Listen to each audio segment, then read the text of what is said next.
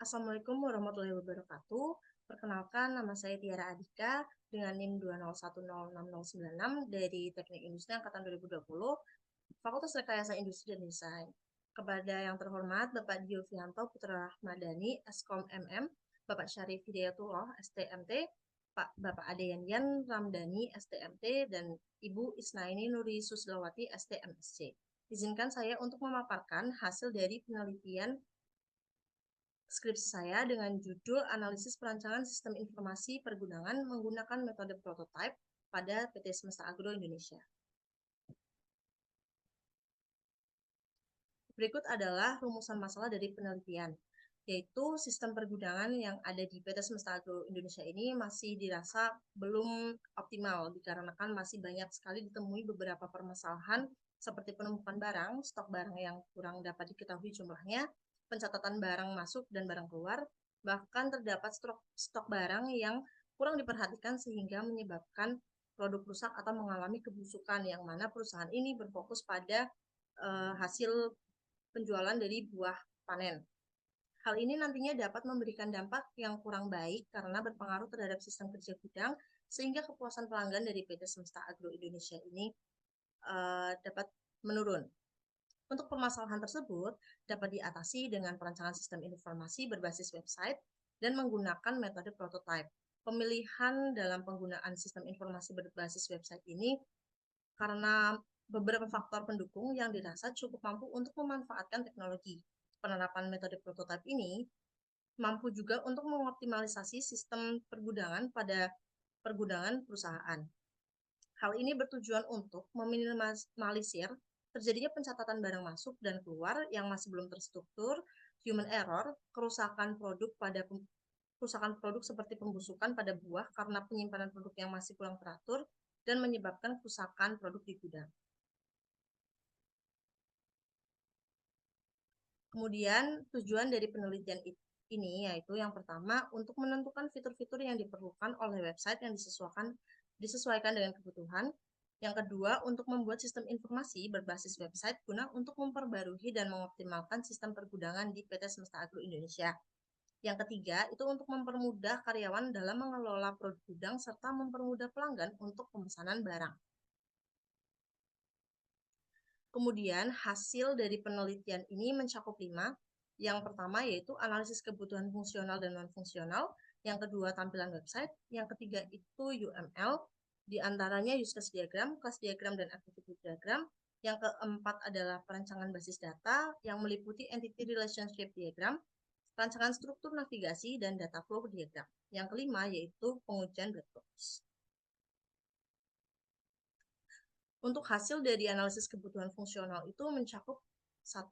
Cost control, yang mana di sini cost control ini meliputi laporan data-data dari produk yang ada di gudang, seperti stok persediaan, jenis produk yang tersedia, tanggal produk masuk dan tanggal produk keluar, kemudian estimasi usia produk yang bertujuan untuk mengetahui sampai kapan produk ini layak untuk dijual, dan dengan ini mampu membantu perusahaan dalam mengelola persediaan gudang.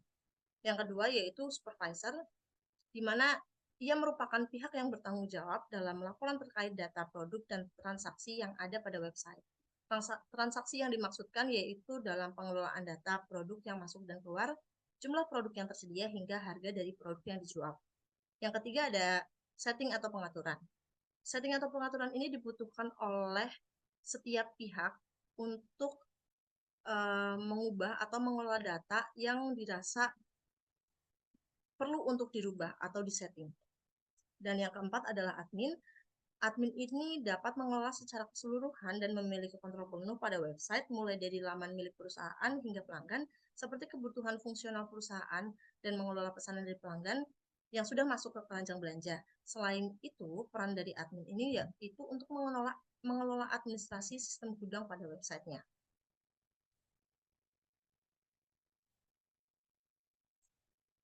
Kemudian untuk hasil dari kebutuhan non-fungsional yaitu adalah kebutuhan-kebutuhan yang mendukung penelitian ini, antara lain yaitu hardware dan software. Untuk hardware yang digunakan pada penelitian ini yaitu ada prosesor dengan Intel i3, RAM dengan 8 GB, hard disk menggunakan 250 SSD SATA VN, dan monitor menggunakan laptop. Untuk software, itu menggunakan Google Chrome, Visual Studio Code, dan SAM XMPP. Kemudian di sini ada UML yang mana terdapat use case diagram. Use case diagram dan class diagram ini bertujuan untuk memvisualisasikan atau menggambarkan proses dari admin dan pelanggan ketika mereka melakukan aktivitas di website tersebut, yang mana admin ini dapat melakukan aktivitas login, menginput data, kemudian sistem akan merekam data dari inputan kategori dan menambahkan produk, kemudian mencetak kode QR dan melihat pesanan pelanggan serta logout. Untuk pelanggan sendiri, di sini dia dapat melakukan login. Ketika sudah memiliki akses, dia akan dapat melihat produk dalam gudang atau stok dalam gudang, memilih dan memesan produk dalam gudang, kemudian memasukkan pesanan ke dalam keranjang yang mana nanti akan lanjut ke dalam proses pemesanan dan pembayaran, dan ia dapat melakukan logout.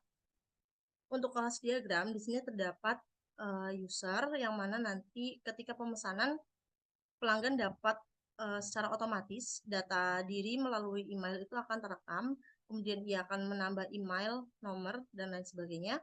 Kemudian terdapat akan terekam orderan, details ordernya, kemudian ada produk yang dia pilih, kemudian dia dapat mengisi data informasi seperti provinsi, kecamatan, dan kotanya. Kemudian di sini terdapat kategori pesanan yang sudah dipilih. Setelah itu ia akan melakukan pembayaran, yang mana pembayaran ini dapat dilakukan secara online.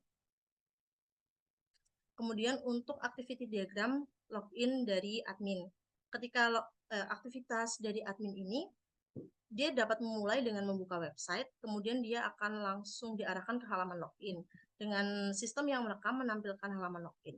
Nanti ketika halaman sudah terlihat, maka akan secara otomatis harus mengisi atau memasukkan username dan passwordnya. Ketika admin nanti salah, dia akan kembali ke halaman login, dan ketika nanti proses login ini berhasil, dia akan langsung menampilkan halaman utama dari website. Kemudian untuk activity di dalam websitenya, admin itu dapat menginput data produk yang mana sistem akan merekam dan menampilkan data atau daftar kategori dari produk, kemudian menampilkan data produk, dan menambahkan produk. Ketika sudah ditambahkan, maka sistem akan merespon dengan menampilkan data produk yang sudah terbarukan. Selain itu, admin juga dapat mencetak QR code ketika data produk ini sudah fix, sudah diperbarui, dan dia akan bisa juga melihat pemesanan dari pelanggan. Kemudian untuk activity diagram login dari pelanggan itu mulai dari dia mengunjungi website. Ketika dia sudah memiliki akses, dia akan dapat login secara langsung dan memasukkan username password. Ketika password atau username-nya dimasukkan salah, ia akan kembali ke dalam halaman login, dan ketika sudah benar, ia akan lanjut mendapatkan akses untuk ke halaman utama dari website. Nah, dari halaman utama website ini, pelanggan dapat mengakses produk dalam gudang yang mana nanti sistem akan menampilkan halaman produk yang tersedia. Kemudian pelanggan juga dapat memilih atau memesan produk, dan ketika dia sudah memesan produk, dia akan secara otomatis masuk ke dalam keranjang belanja, dan dia akan bisa langsung melakukan check out dan pembayaran pesanan.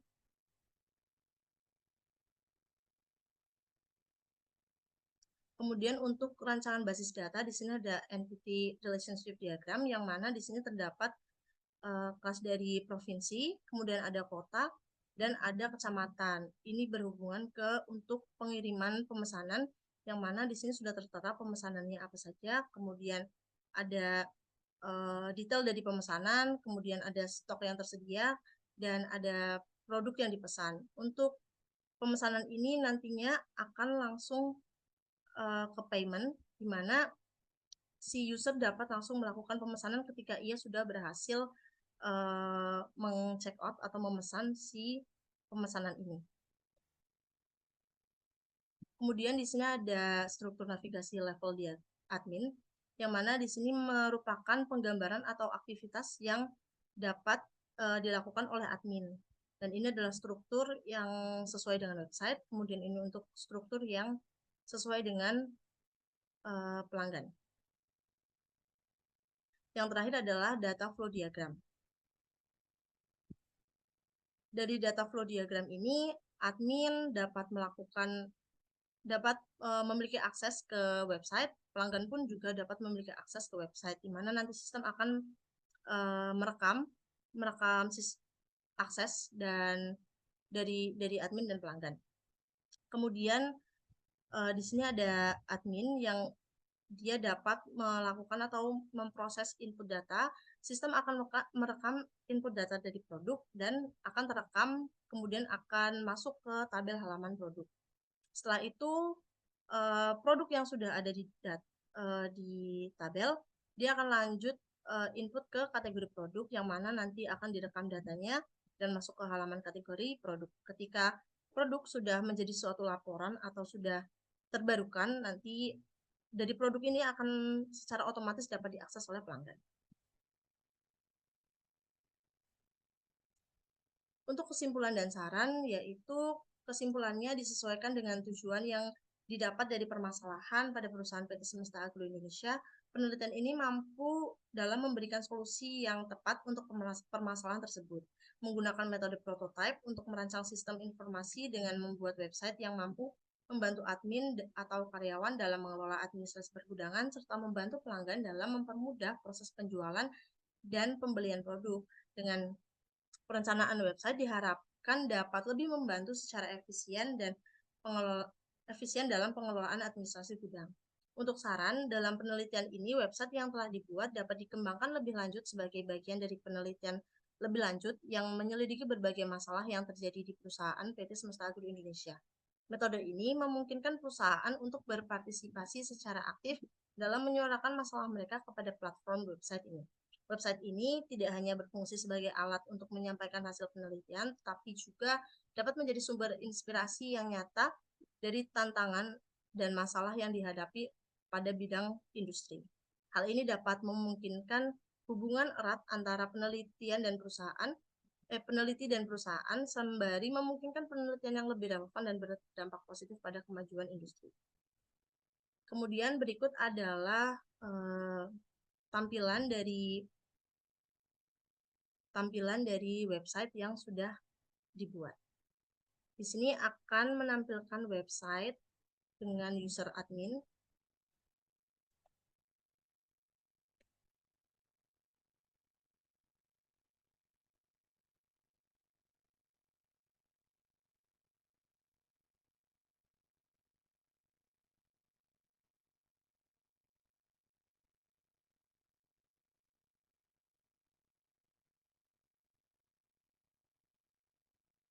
Dan ini merupakan akun dari admin, yang mana di sini ada beberapa fitur. Yang pertama adalah fitur kategori.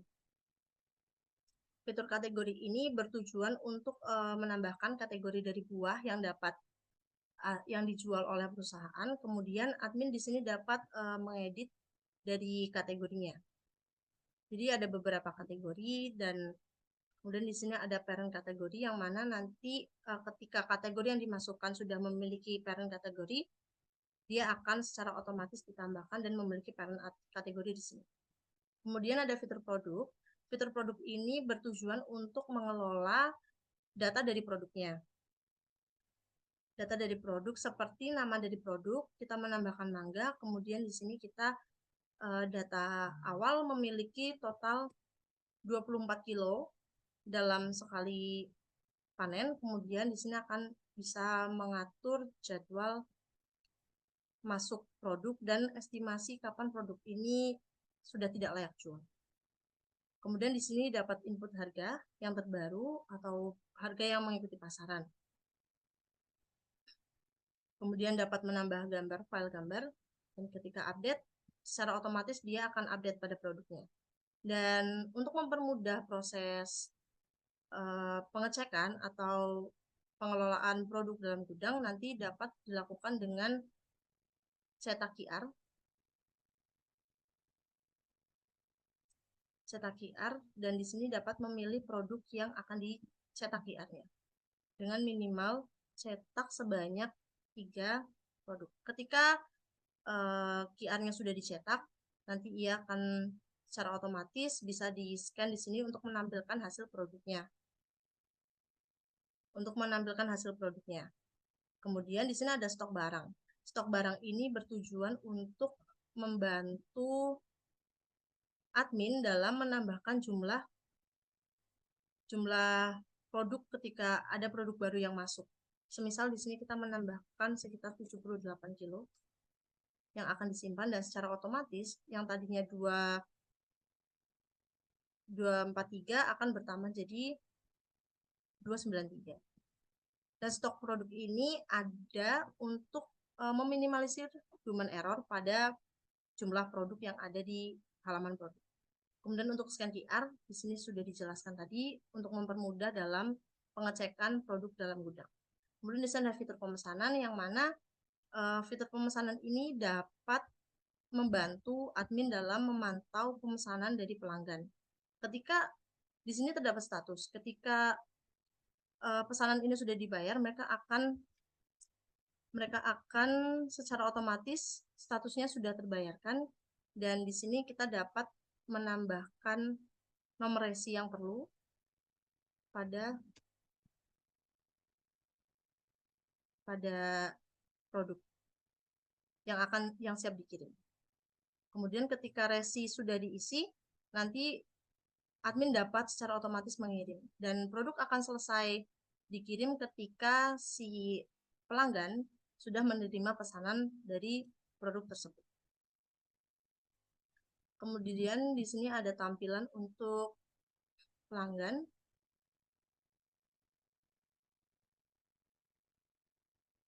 Kemudian di sini adalah merupakan halaman dari pelanggan. Di sini akan melakukan login, dan di sini perlu memasukkan data diri, yaitu berupa email dan passwordnya.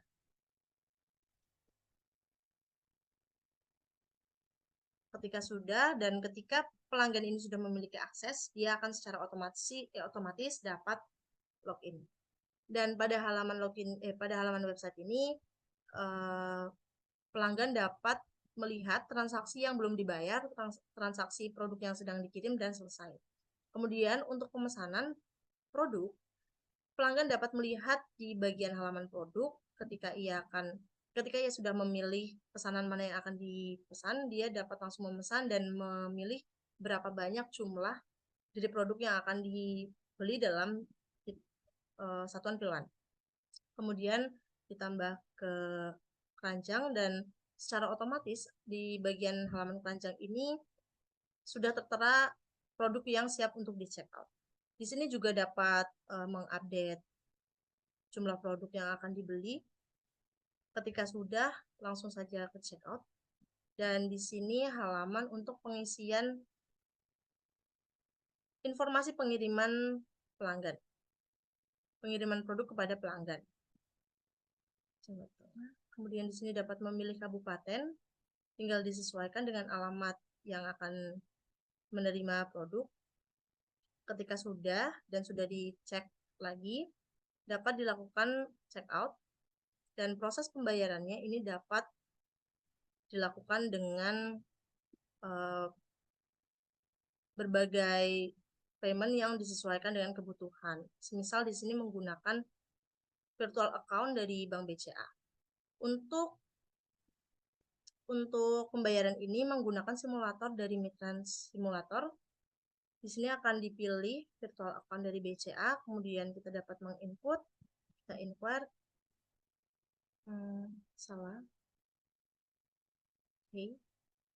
akan diinput ke dalam sini. Nanti akan diklik dan sudah ada totalan untuk simulasinya. Kemudian bisa langsung dibayar ketika sudah sukses.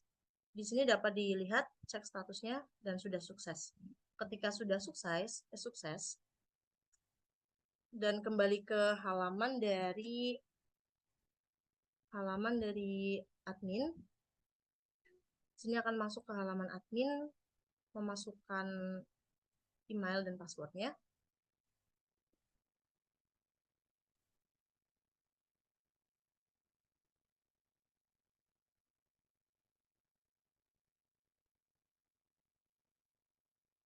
Kemudian ketika sudah diisi akan secara otomatis login dan di sini akan dapat melihat pesanan dari pelanggan. Di sini ada pesanan terbarukan yang sudah dibayar sesuai dengan yang sudah dibayar barusan, kemudian dapat dilihat sudah terbayarkan. Untuk proses pemesanan di sini bisa ditambahkan nomor resi yang sesuai kebutuhan, kemudian dari admin dapat ketika proses sudah selesai pengemasan dan segala macam ini akan dikirim. Kemudian proses yang terinput akan otomatis jadi dikirim. Ketika nanti sudah dikirim dari pelanggan akan secara otomatis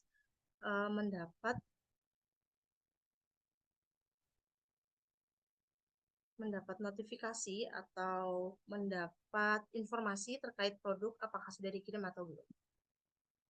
Di sini kita masuk lagi ke halaman pelanggan.